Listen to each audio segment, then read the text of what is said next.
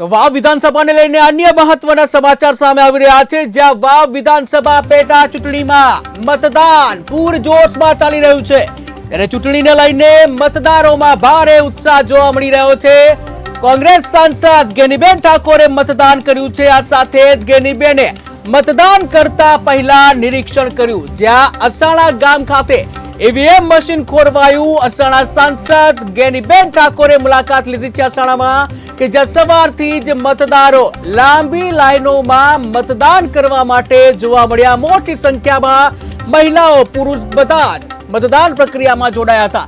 ઉલ્લેખનીય છે કે આજે વાવ વિધાનસભાની પેટા ચૂંટણીનું મતદાન છે અને તેને લઈને ગેનીબેન ઠાકોર પણ મતદાન કરવા પહોંચ્યા હતા। તો આ સાથે જ સંવાદદાતા દીપક સોલંકી જોડાઈ ગયા છે। જી દીપક, વાત કરવામાં આવે, પેટા ચૂંટણીનું મતદાન ચાલી રહ્યું છે, ગેનીબેન ઠાકોરે પણ મતદાન કર્યું છે, શું છે વધુ વિગત? ચોક્કસથી મહેન્દ્ર, વાત કરવામાં આવે તો કોંગ્રેસના સાંસદ અને બનાસકાંઠાના સાંસદ ગેનીબેન ઠાકોરે પોતાના વતનમાં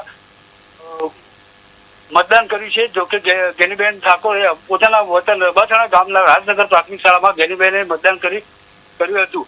જો કે વધુમાં વાત કરવામાં આવે તો મતદાન થાય તેને લઈને ગેનીબેન ઠાકોરે પણ લોકોને અપીલ કરી છે। જી દીપક, વાત કરવામાં આવે કે અસાણા ગામ ખાતે ઈવીએમ મશીન ખોરવાયું હતું, ત્યારે તેને લઈને શું વિગત છે? ચોક્કસથી મહેન્દ્ર, વાત કરવામાં તો જે અસાણા ગામના અંદર ઈવીએમ મશીન ખોરવાયું હતું, જેમાં મતદારોની લાંબી કતારો લાગી હતી।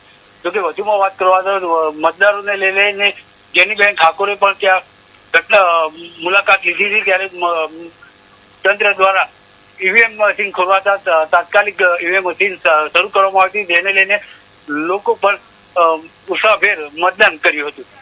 જી દીપક, વાત કરવામાં આવે કે ગેનીબેન ઠાકોર દ્વારા એક જે વિડીયો, એક નિવેદન તેમનું સામે આવ્યું હતું વિડીયોમાં, કે ખેતર ભાડે આપ્યું છે 3 વર્ષ માટે, ત્યારે તે કેટલું અસર કરશે આજે? ચોક્કસથી વાત કરવામાં આવે તો જે પ્રમાણે ગેનીબેને એક સભાના અંદર 3 વર્ષ માટે ખેતર ભાડે આપ્યું છે, અડાણી મૂક્યું છે તેવું એક નિવેદન સામે આવ્યું હતું। જો કે અમુક મતદારો પણ કહી રહ્યા છે કે અમારે 3 વર્ષ માટે અડાણી નથી રહ્યું, એવું પણ મતદારો પણ જણાવ્યું હતું। દીપક, છેલ્લો પ્રશ્ન કે અપક્ષ ઉમેદવાર માવજીભાઈ પણ છે, ત્યારે તેઓને લઈને કેવું સમર્થન છે? મતદારો જે છે શું કહી રહ્યા છે?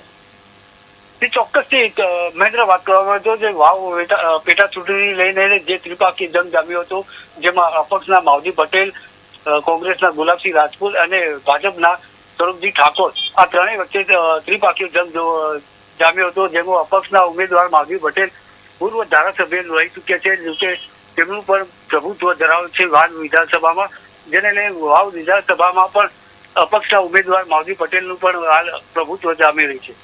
જી દીપક, સમગ્ર ચૂંટણી પ્રક્રિયાને લઈને તંત્ર દ્વારા કેવા પ્રકારની વ્યવસ્થા છે?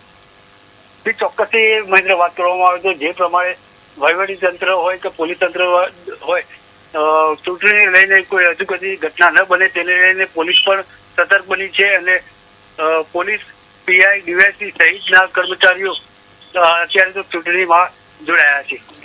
જી દીપક, સમગ્ર માહિતી બદલ આભાર।